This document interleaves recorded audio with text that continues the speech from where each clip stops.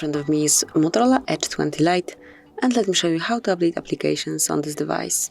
So first of all, just open your Play Store. Make sure that you are connected to Wi-Fi, because otherwise you will not be able to update any app.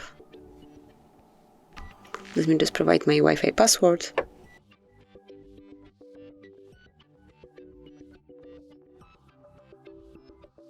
Okay, so as only you are connected, you will be able to perform this action. Tap on your account icon and pick Manage Apps and Device. And here just click on Updates Available, and let me cancel all as they are already updated. And you can either update one particular application by using this Update tab right next to App icon, so just like this. You'll be able to see the progress right here. Let me stop it. And also you can update all apps at once. To do it, just tap on Update All. Meanwhile, you can use your device in a normal way and then go back to check up on the apps. So this is it. That will be all. So you can update apps. Thanks for watching.